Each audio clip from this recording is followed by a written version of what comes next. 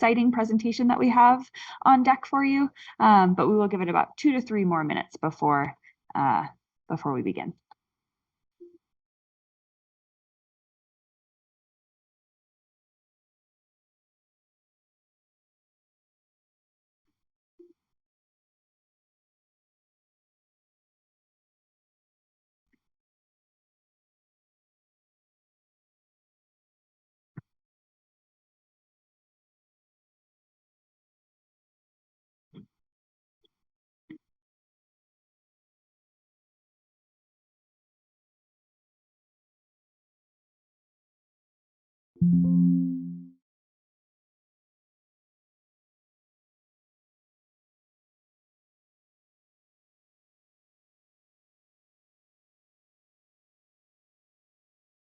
All right, welcome to those who just joined. We have everybody like 1 or 2 more minutes, and then we'll kick off our event.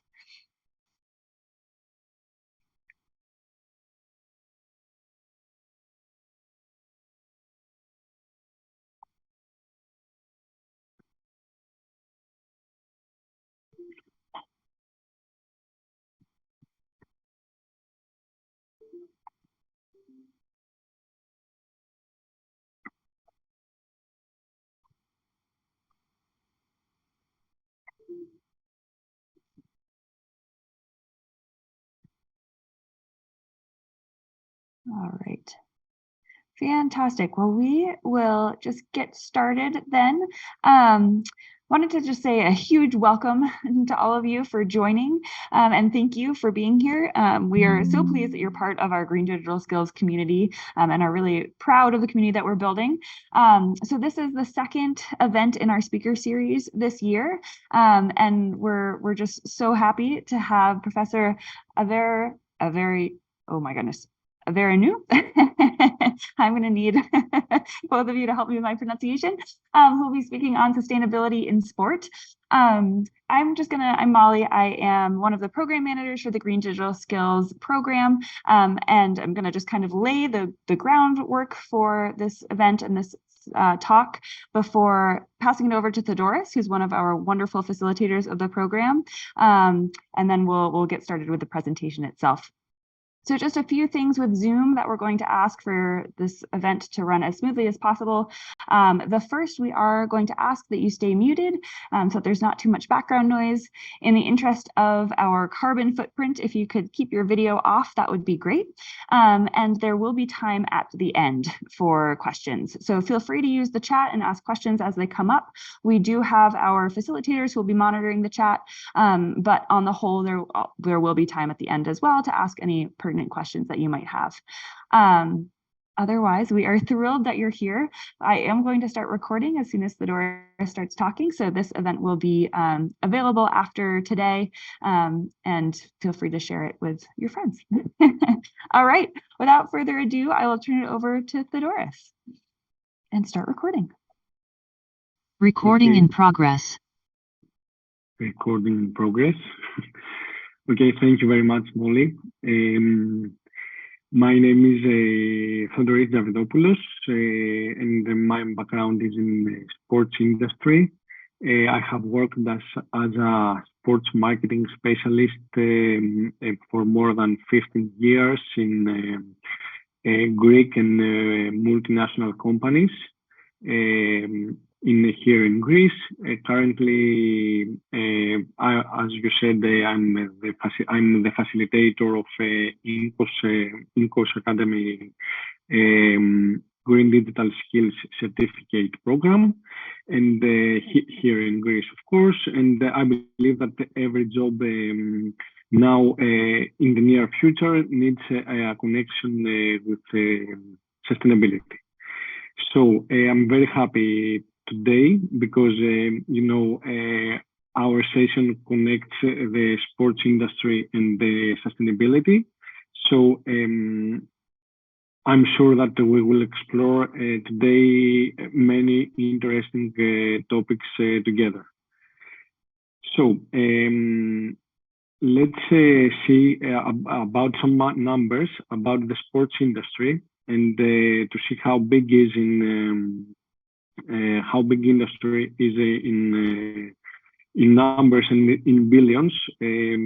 About the global sports market is expected to grow from 500 billion dollars in 2002 to 700 billion in 2026. So we can imagine that the total number of the sports industry is huge. And this is a report from Sports Global Market in 2022. And let's see, and now we have to connect the sustainability in sports for today's session. And let's see what about sustainability means, what sustainability means in sports. So I will make a quick introduction for Mrs. Avgerinu, and I can say that sustainability in sports means conducting a sport event that connects the entertainment with friendly methods to reduce the negative impact on the environment. So it allows to the organizers to minimize the carbon footprint. So let's see now what about the digital sustainability in sports and how we can connect the digitalization and sustainability. And we can see that the goals of these two sectors are conflicting. So over the past decades, the digital transformation has involved a sharp rise in energy and resource use and created some patterns that have several impacts on ecosystems. And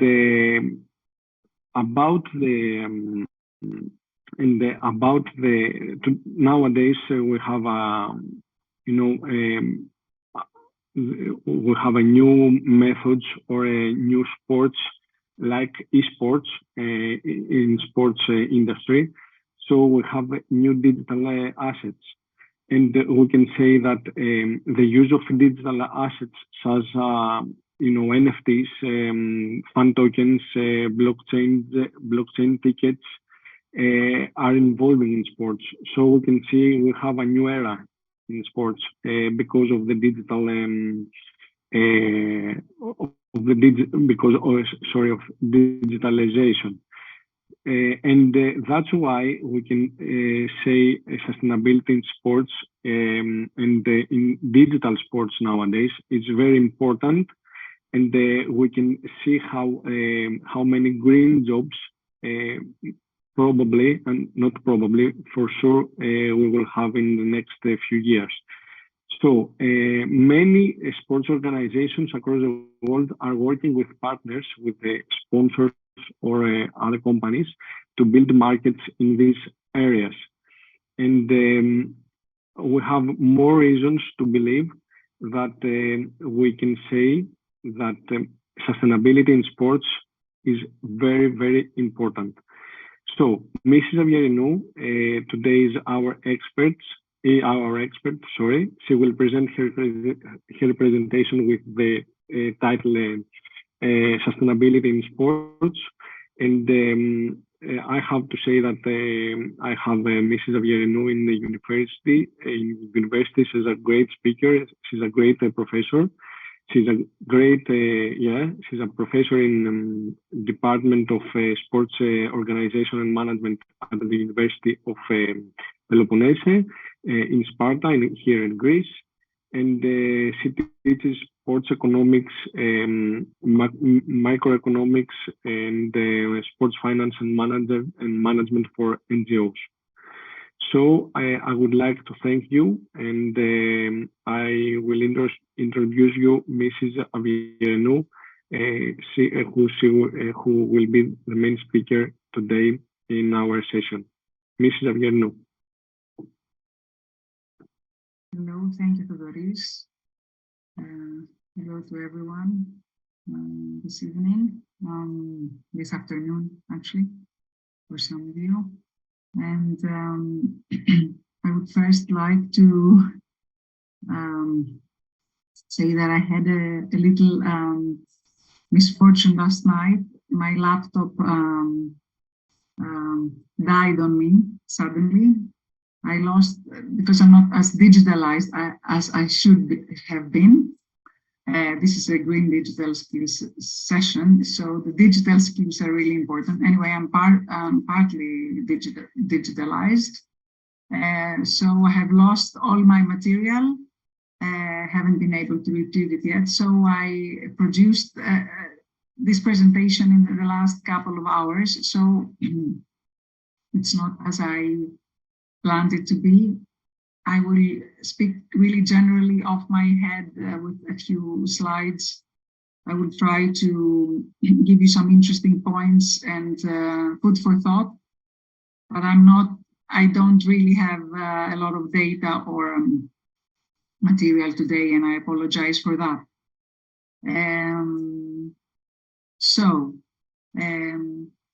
My interest in sustainability is rather new, I would say. I have mostly worked on economics and sports economics, but since I did another master's in agricultural economics a few years ago in England, I've had an interest in sustainability, and I've been trying to connect sports to sustainability, and actually I am trying to I will actually introduce the first module in sports and sustainability in a Greek curriculum next year, and I'm working on that, and also slowly working on some research. So Doris is really kind to say that I'm an expert. I am trying to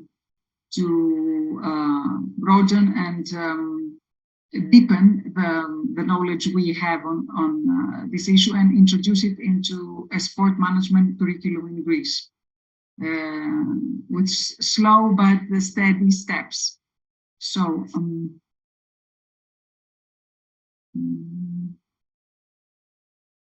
let me share my screen with you and start.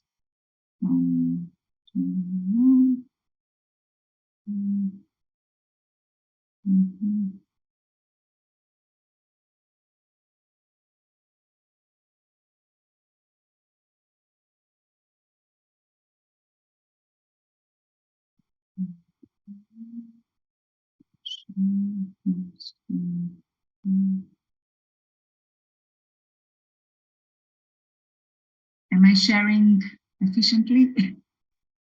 It's perfect. Yes. Yep. Okay. So, environmental sustainability in sport.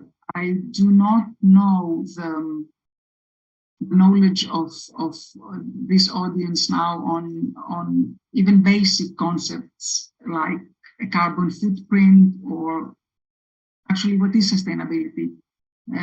Sometimes I am confronted with an audience of students or conference members, or the few encounters I've had during COVID and since. And sometimes I discover that we all have a notion. Sustainability is an overused word, and we all have an idea of what this is, but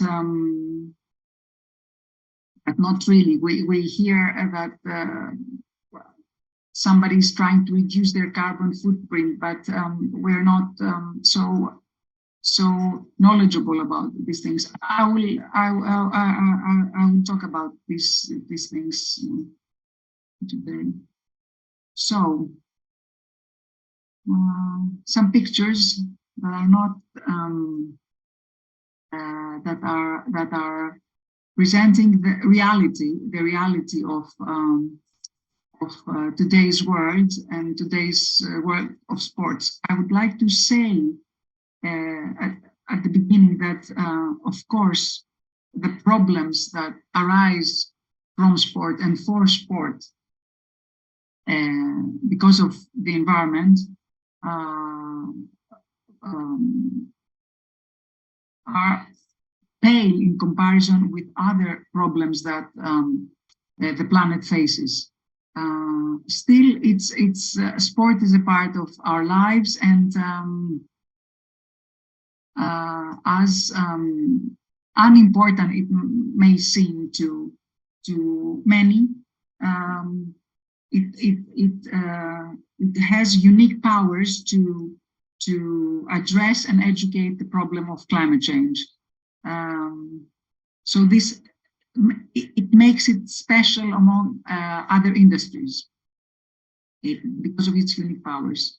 So what do we have here? A flooded stadium. We have a tennis athlete really collapsing from the heat.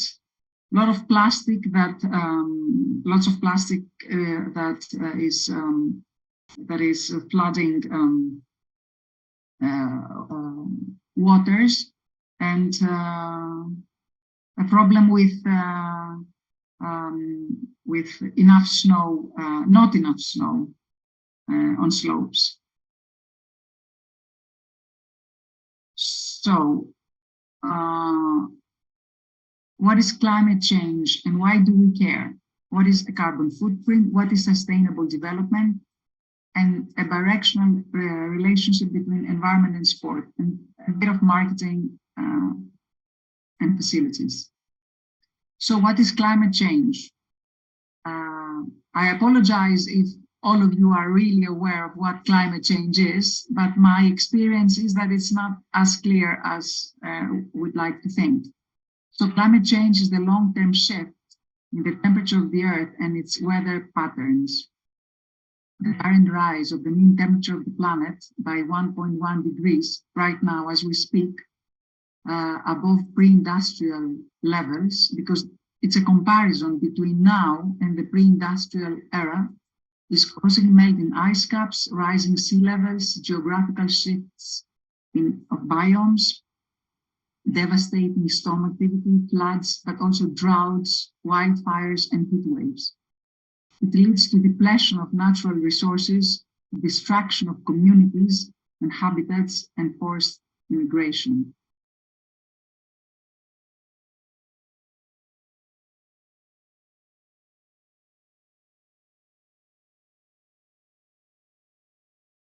What is a carbon footprint?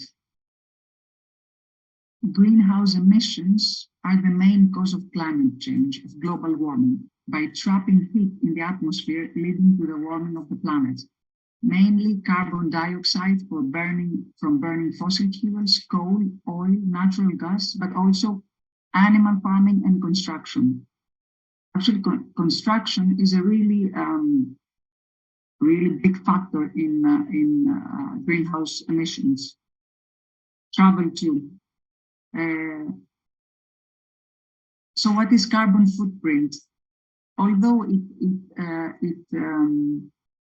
corresponds to an area, it's measured in weight. So this is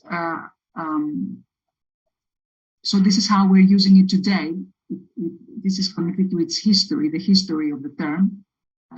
But today, we call carbon footprint the amount of carbon dioxide emissions associated with all the activities of a person or on another entity. It could be a building, a corporation, a country, whole country, a sports organization, and it is measured in weight, in tons.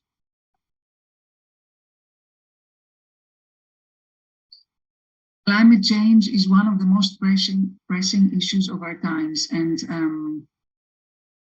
actually the goals that have been set, we're not even certain anymore that we will be able to achieve. Maybe we have missed the train. We're running out of time. All parts of society are challenged by climate change and forced to respond to it with effective action. In 2015, 194 parties and the EU as party signed the COP21 Paris Agreement, it all started, and pledged to keep, it didn't start then, but let's say it kind of started more seriously then, to keep global warming at 1.5 to 2 degrees Celsius above the pre-industrial era.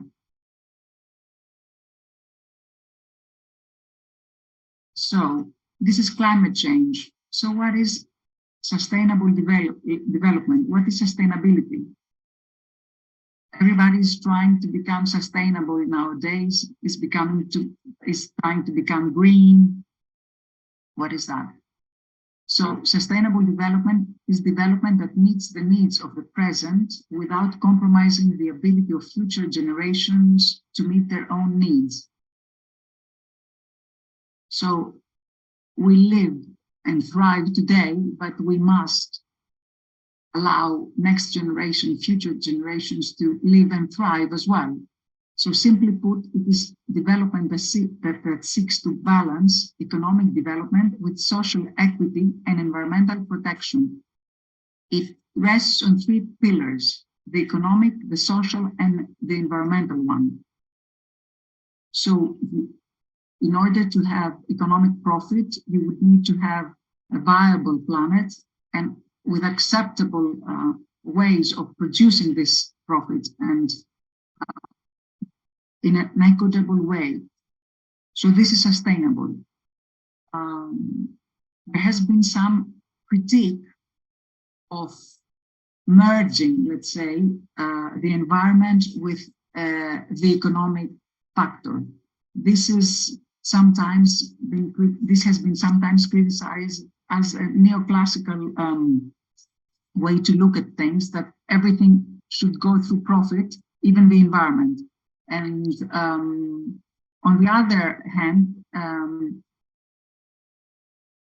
you need to be able to produce economic results.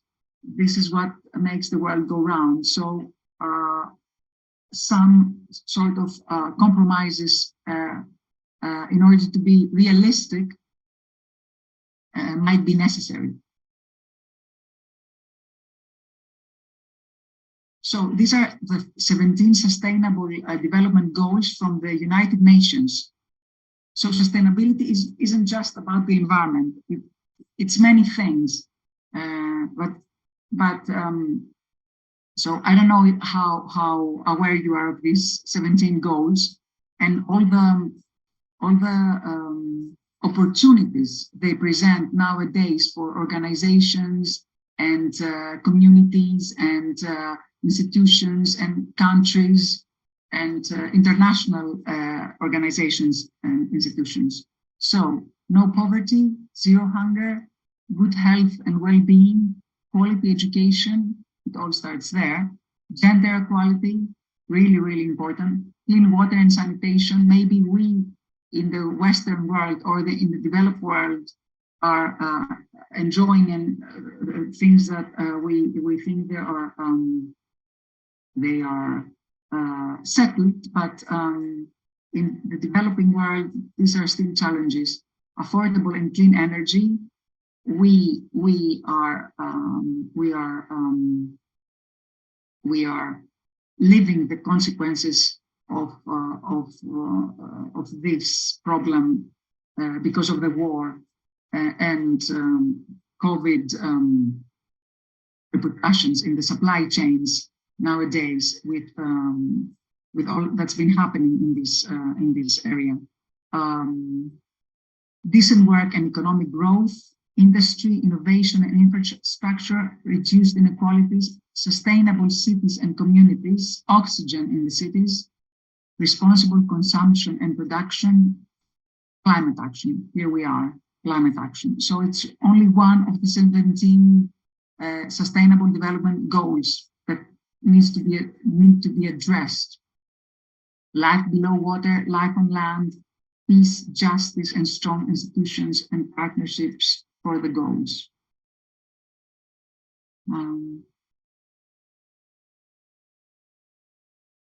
So, sport and climate change.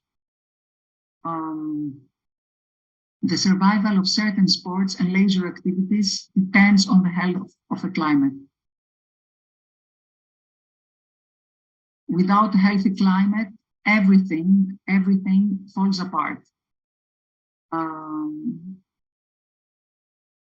So the quality of sports and sports tourism, which is a big sector, depends on the quality of the natural environment. At the same time, the hosting of sport has been linked to ecological damage, such as decline in air and water quality, a decrease in habitats, and a reduction of species.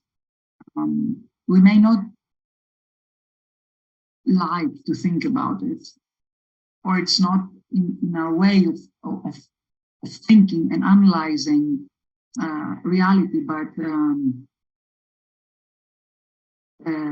ski resorts, for example, in places that they were not supposed to be, are influencing nature. Little example: sports institutions, teams, and sponsoring organizations have to recognize and manage the environmental impact of the activities they regulate, host and sponsor. By 2050, half of the former Winter Olympic host cities will likely not be able to sponsor Winter Games due to the lack of snow and ice in a warming world. And 2050 is not really far away. In 2018, the US Open tennis tournament organizers were forced to offer a heat break to athletes because of high temperatures. During the 2020 Australian Open, poor air quality caused by wildfires forced some tennis players to withdraw from the tournament. By 2050, almost 1/4 of England's Football League teams' stadiums, 23 out of 92, are projected to be partially or totally flooded every year. And this is just the high-profile sports events. There are thousands of smaller, more local events, and the impact on those is potentially far greater, from youth leagues, collegiate teams, millions of athletes, of active sport participants, of children participating in sports activities have already confronted some climate disruptions and are going to face even more in the future. There's also talk about other types of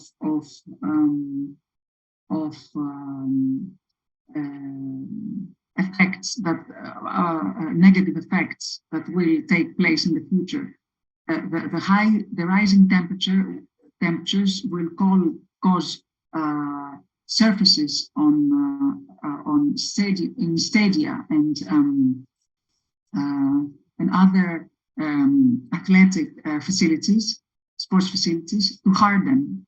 This will cause more accidents for athletes. The heat as well is a huge problem.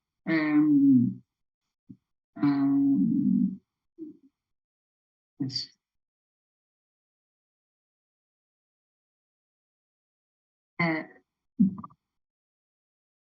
Does anyone care? Do the fans care? Do the spectators care? Do the athletes care? I had no time to put it in slides, but there recent studies in 2021 among European football fans showed that 77.4% of European, a 90% European, 90% up to 90% of European football fans agree or strongly agree that protecting the environment and natural resources is really important. Preventing pollution is really important. Respecting the earth and living in harmony with other species is really important. And fighting climate change is really important. So football fans all of them agree that it's really important and care about the environment. Athletes, in 2021, World Athletics surveyed its athletes and found that 77% are concerned or very concerned about climate change. Biathlon athletes, 75%, and 90% do care about the environment, and they're really concerned about climate change. Up to 90% feel that their sport has been already impacted. And more than 150 flag bearers and medalists from Tokyo urged government leaders to act on climate change during the COP26 meetings in Glasgow. I'm mentioning all that because there are many industries, but the world of sports really understands and cares about climate change.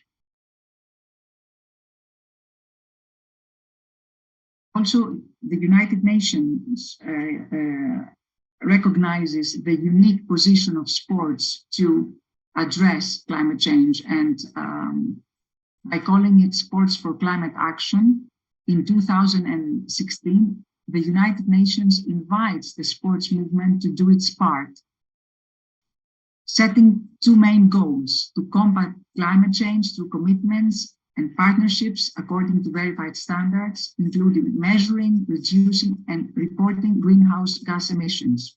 Also, it urges the sports movement to use sports as a unifying tool to federate and create solidarity among global citizens for climate action. It recognizes that sports has the unique power to educate on climate change, on sustainability,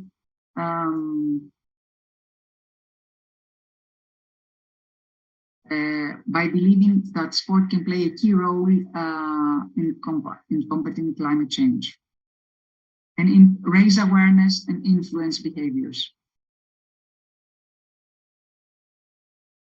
Sports institutions' response is on many levels, interconnected levels. It's the strategy of the sports institutions, organizations, teams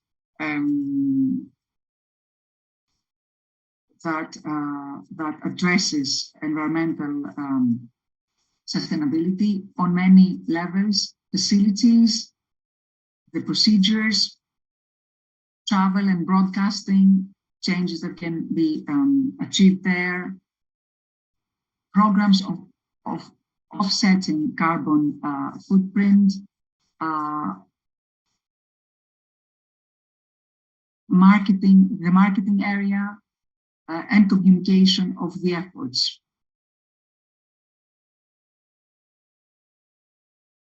Some examples of implementing this strategy to incorporate to incorporate environmental sustainability in the strategy of sports organizations are the leading international sports organizations. For example, the International Olympic Committee. It does have, it has incorporated environmental sustainability in its strategy. By 2030, it plans to move beyond carbon neutrality and make the games carbon negative. One might wonder how that is possible. We need to think here that with offsetting, this means that I pollute, but because I pollute, I am, for example, adopting a forest. So I am taking counter actions that are offsetting the pollution I am imposing on the planet.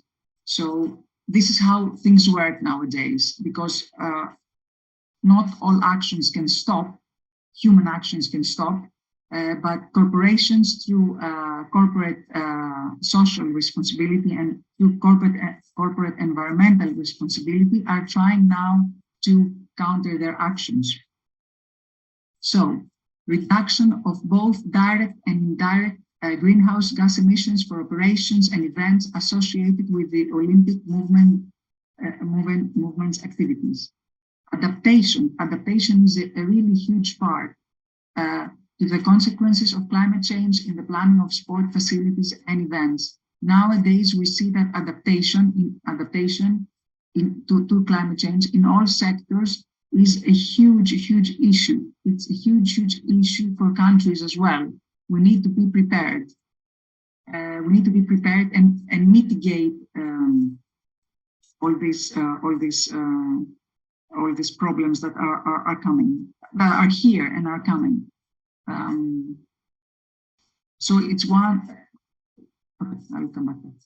So commitment to climate action is one of the requirements for candidate cities to host the Olympic Games. After the 2004 Olympic Games, some key issues were added to the hosting cities candidacies. For example, but back then you would see things really connected to the long-term strategy of a city or to economic consequences of hosting a mega sports event, or less connected to the environment. So even after Athens 2004, the International Olympic Committee was urging candidate cities to include post-Olympic use of sports facilities in order not to have sports facilities that just stand there as a reminder of 15 days sports event and not being used. So, but recently the environmental factor is also, and was urging cities to use temporary installations. So temporary sports facilities. The technology now exists for many years now for everything to be installed temporarily, and after the lights are out, you don't need to worry about a post-Olympic use of facilities. Nowadays, this is one of the environmental goals. Use pre-existing buildings, use temporary sports facilities, and do not construct huge facilities. This is bad for the environment. So this has now been incorporated in the goals and the candidate cities criteria. So adaptation to the consequences of climate change in the planning of sports facilities and events. Commitment to climate action is also one of the requirements, as I said. Even for Tokyo 2020 Summer Olympics, there was a strategy for climate action, which entailed, for instance, the use of pre-existing buildings. Up to 60% of all facilities were from pre-existing buildings. I think that in the future, we will see that cities that have hosted Olympic Games and have an extensive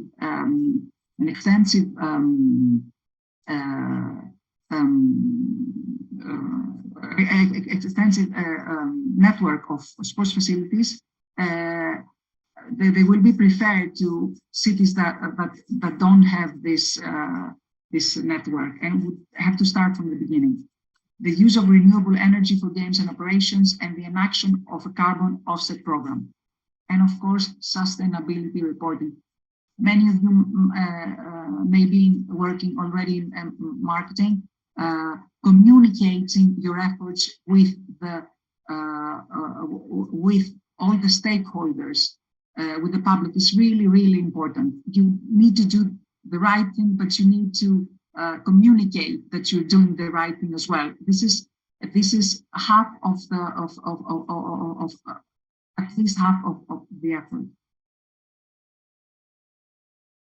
Formula One. I'm mentioning Formula One because they are a very polluting event. So if they're doing it, then many others can do it. So their strategy is net zero carbon footprint by 2030. How would they be able to make it? By using biofuels, by using hybrid cars, by using 100% renewably powered offices, facilities, and factories, efficient logistics, travel, and broadcasting. They're already, it's really interesting, even the way they broadcast, and this goes for all events, even the way they broadcast their events. They're trying now to minimize the traveling of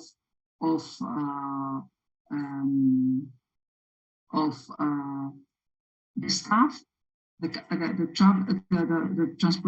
traveling of the technological equipment for broadcasting. So we have the technology now to do it efficiently, environmentally and efficiently, with less travel, because travel is a really, really huge factor in greenhouse emissions. Okay, the way we all travel. By 2025, which is really, really soon, they hope that their strategy is that they're using sustainable materials with all waste reused, recycled, and composted, incentives and tools to reach the race in a greener way, healthier food options, no food waste, and local community engagement. And of course, sustainability reporting and communication of their efforts to the public. This is working on 2 ways. So this is positive for the organization because it communicates its corporate social responsibility and corporate environmental responsibility specifically, but also it educates. We need all organizations to take part in educating the public. And of course, sports clubs and bigger, smaller collegiate athletics, which is a huge thing in the United States and not in North America, not so much in Europe, but we do have the mass sports movement. All of these stakeholders should take part in environmental sustainability actions. So I have chosen a really well-known football club of the Football Association in England, in the UK.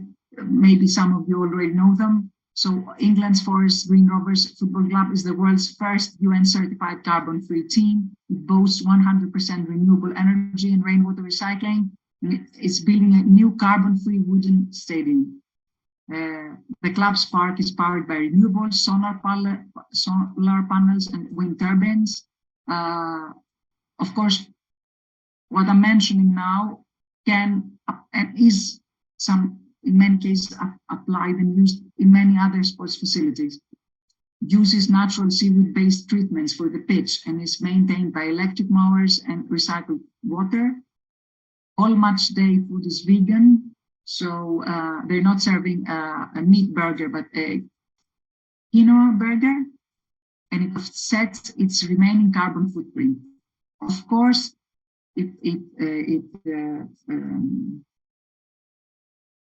It has a sustainability report, and it communicates it to the stakeholders, community, etc.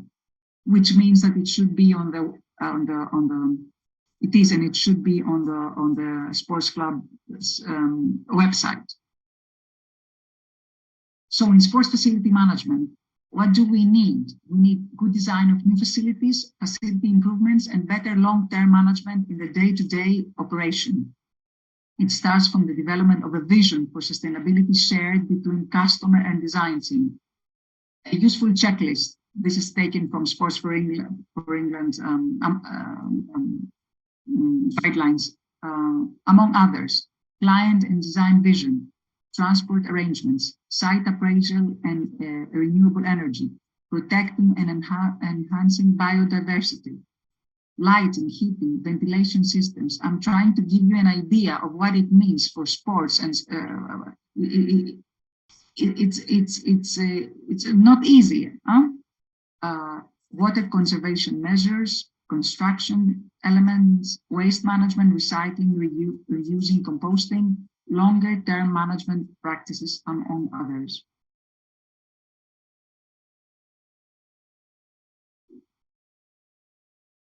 So, sport is trying to reduce its carbon footprint through facilities, through procedures, through traveling to events. Actually, even the academia has suggested that sports should rethink the way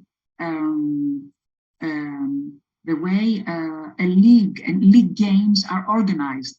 Why have so much travel? Why should North and South country teams meet such many times? Why not reduce traveling? How could we reorganize a tournament so that we minimize travel? So this is what sports management scientists are now working on, and many other things. So, but with marketing sustainability through sport is also really important. So sport organizations and events have an inherent advantage and duty in promoting sustainable behaviors by leveraging sports fans and active sports participants' connection with sport.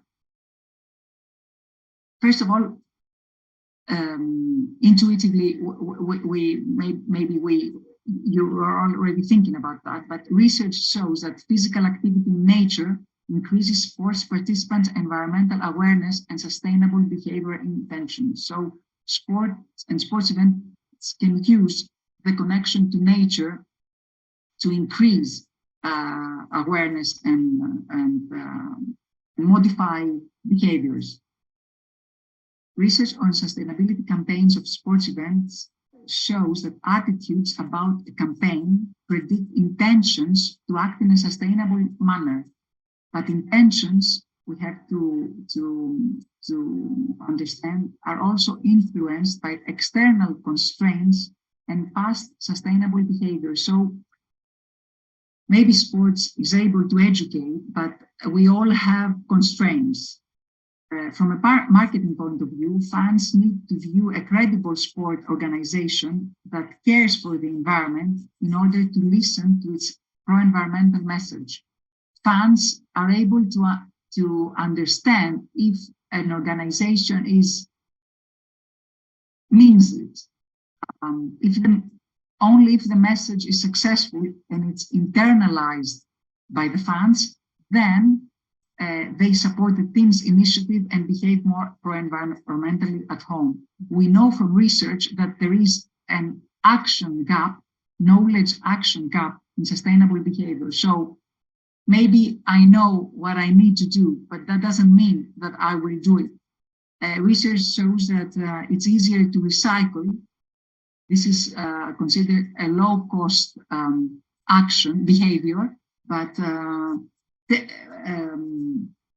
abandoning the comfort of one's car to take a mass transport, a means of mass transport is not that easy.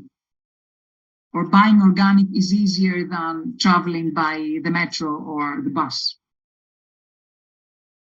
In order to create successful and effective sustainability campaigns, sports organizations should examine their various market segments and their behavioral responses to the campaigns, their thoughts, their feelings, their intentions.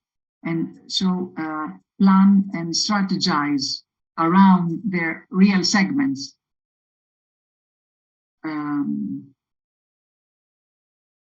We need to be realistic, despite the existence of standards, United Nations standards, policies and guidelines for achieving sustainability in sports events. There is absence of reporting and monitoring, which leads to greenwashing. What does that mean? Over-exaggeration of the efforts, using the words green, organic, sustainable, using a green label on a product, natural ingredients, or a sustainable sports club, or even placing yourself in the market, your corporation in the market, your business in the market as green, but your sponsor being an airline that emits all this greenhouse it contributes to global warming. So hiding who, not being really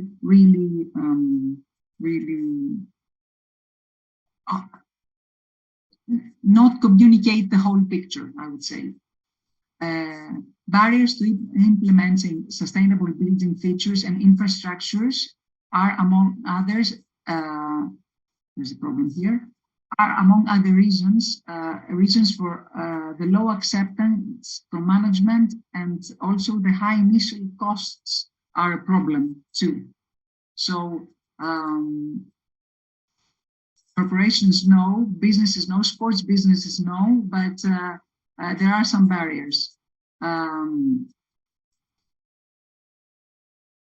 But eventually the implementation does have substantial positive impact both on the environment and on cost savings for the organization. We also know from research that sports organizations that have implemented sustainability efforts in their strategies, they enjoy a higher competitive advantage. The identity of the fan, there's more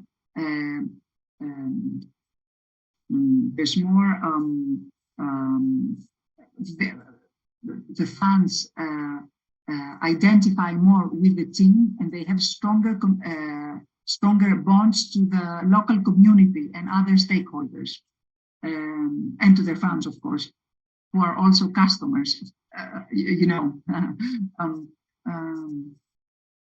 We see trends and variations in rates of adoptions, value shifts, response to external and internal pressures from various stakeholders like customer, fans, local communities, government, and partners. And my last slide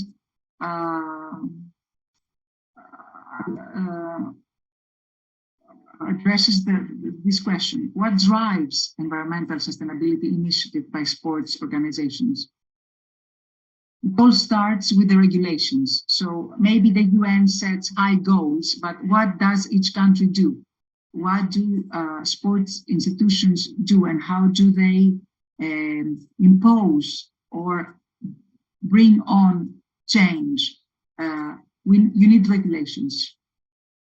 The media, it's been shown that the more the media, mass media, and even social media nowadays report on climate change, on issues about sports and climate change, the more the pressure there is through fans and other stakeholders to the sports clubs to become greener.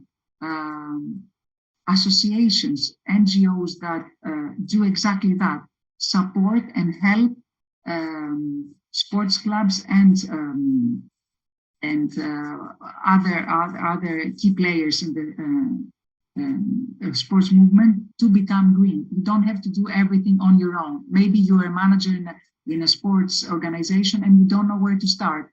There are these organizations to help you. We even have one in Greece nowadays, which is starting really with baby steps to implement some things. The customers, of course, fans and spectators, and the pressure they apply to the organization, the trends, mimetism, peer pressure. One NFL key executive said, it's a friendly competition. We're looking at what our competitors are doing, even other leagues, what other leagues are doing. We're trying to copy them. The diffusion of best practices really helps. One key factor is the leadership values and visions, and also the network of the leader. We have examples of franchises in the United States, league teams that are starting from areas like the match day food they offer, because their supplier, the food supplier, is becoming green. So they are through the network of their partners, they are greening themselves. And of course, there are cost savings. Not initially. Initially, we may see increase of for example, construction costs, but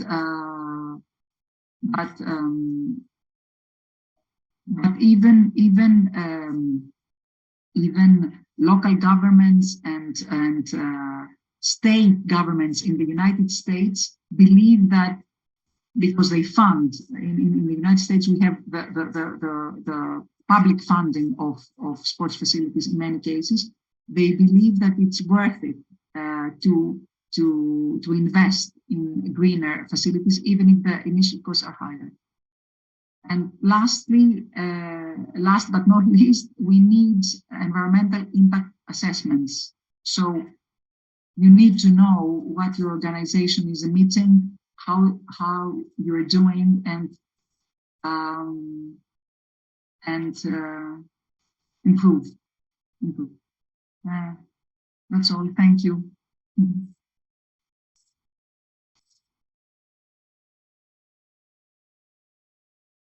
Fantastic. Thank you so much. That was so much new information for myself. I'm sure I share that with a lot of other folks in the call. We have about 15 minutes where we've got time to ask questions. So feel free to put those in the chat and we can definitely read them out. Or I also feel free to come off of mute and ask your question directly. So I will allow you all to unmute. One question I had was, as a spectator of lots of different sporting events, what can we do to help drive the shift towards sustainability within sports organizations?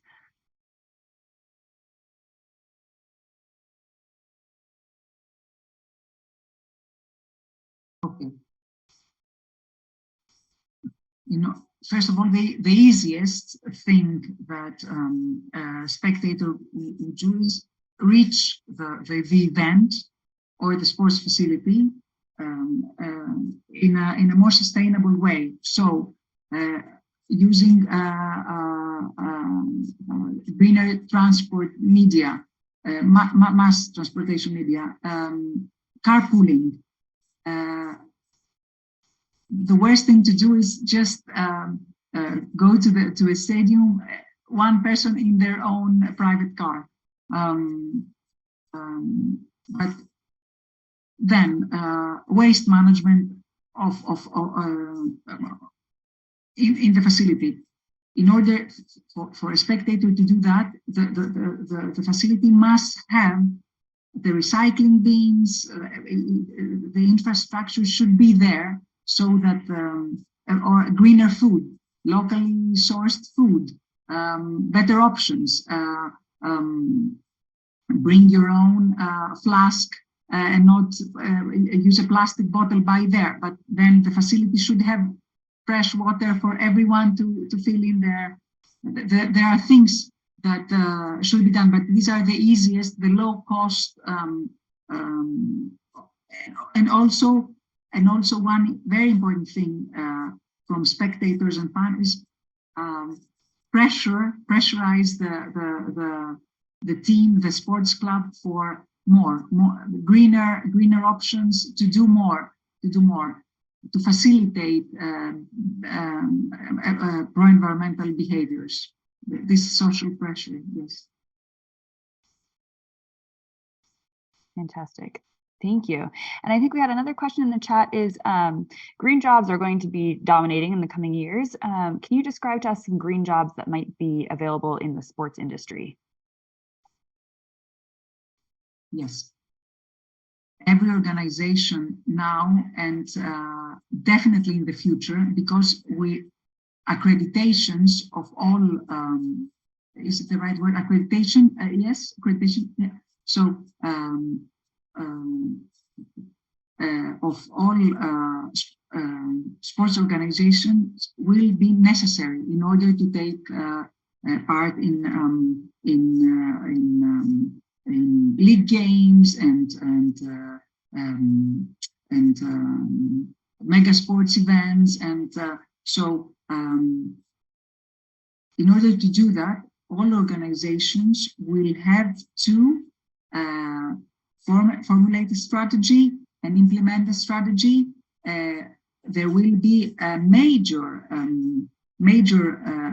trend in greening facilities, greening procedures, greening digital procedures. This is coming. It's happening. And Greece, for example, is really in the sports sector. It's really behind compared to countries like England, for example, the United Kingdom, even the United States, where facilities should be green in order to be funded. But now our Ministry of Sports is preparing a quite ambitious plan to start greening facilities, and one of the top football clubs in Greece is Panathinaikos. Is like its new stadium will be constructed, and this is a chance for it to be greener. So to be green. So it's coming in small and medium and mega events, and people will need to execute that. Brilliant. Another one is, if I understand the question correctly, what are the roles of the players, so those who are playing the sports, within the greening of the sports industry as a whole? What I know is that they are really, what we know from surveys and research is that they are really concerned because their results, their sporting results, their athletic results are influenced by climate change. They can be agents of promoting pro-environmental behaviors. I'm not aware of any. Yeah, I'm not aware of other specifics regarding this question.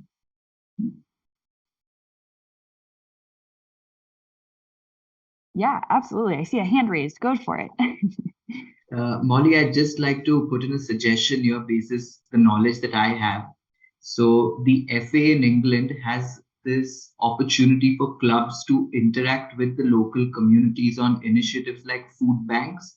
And that is a very good way of interacting with the greatest stakeholders, the fans, and the players, in fact, even end up visiting hospitals and interacting with patients or children with special needs, and that really adds a lot of emotion, and the fans bond better with the clubs. So I'm sure the FA could also come up with guidelines on similar grounds as to sustainability initiatives that could be implemented by clubs. I mean, this is an example of the FA in England, and I'd love to hear about similar examples from other sports.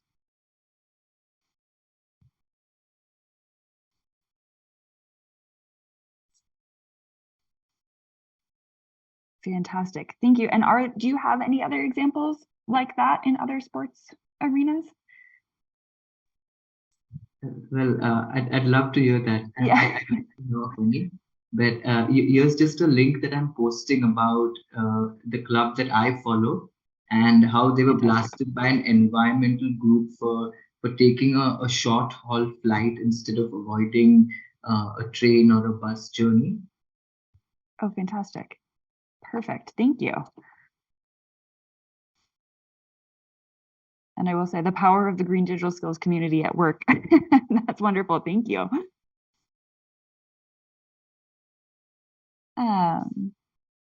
There's actually kind of to that point, I see another question in the chat about kind of transportation and travel. So Rand asks, would you say that the way FIFA plans to host the upcoming World Cup games in different countries is more sustainable, or would it just increase travel and therefore emissions? Do you have any thoughts on that?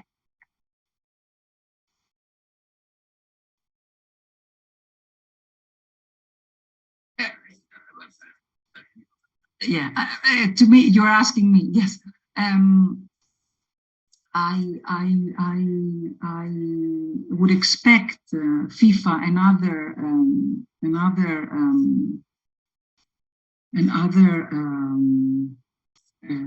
international sports governing bodies to incorporate environmental sustainability in their plans. And actually, I was having a chat with the transportation manager of the Qatar World Cup. We're also inviting him to an upcoming conference we're hosting in Sparta, Greece, in the sustainability segment. And he was addressing all these issues that games will become more sustainable by all these choices will be part of the strategy of future games. It's happening and will happen in the future. Yes. I don't have a personal view on Yeah, fair enough. Thank you. And then another one is, what would be more sustainable? Smaller stadiums or arenas for public to attend directly versus broadcasting the games and events to more people online?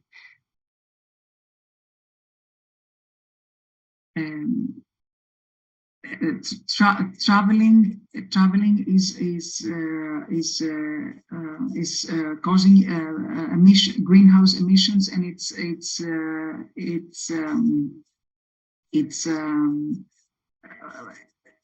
a burden, an environmental burden of sports. Everybody is acknowledging that. There are ways of broadcasting more sustainably nowadays. It's difficult for me to comment on that. I think it's straightforward, but it's difficult to comment on that because spectators in sports have been linked to the success. Even the way players are playing, it's an inherent part of sports, and I think a more sustainable planning of the games, of tournaments, and of setting. Okay, so organizing tournaments in a more sustainable way, offering the tools to fans to travel more sustainably, offsetting any emissions that will be produced anyway. I think that would be the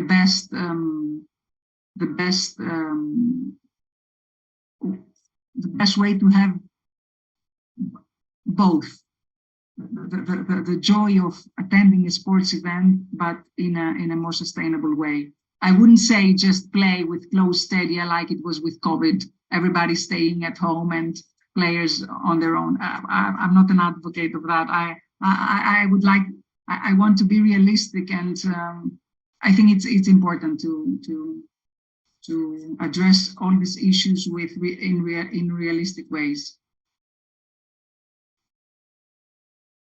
Absolutely. So Doris, do you want to ask the last question and close us out? I think you're muted. Cool. So Doris, you're muted. Apologies. There we go. And, no question. I agree with Mr. Guerno, and I have a comment regarding the last question in front. And I would like to say that spectators, fans are a part of the game, are part of sports. So I think that no one wants to see empty stadiums or empty facilities from spectators. So athletes, I agree with Mr. Guerno that athletes will play with more passion in front of spectators.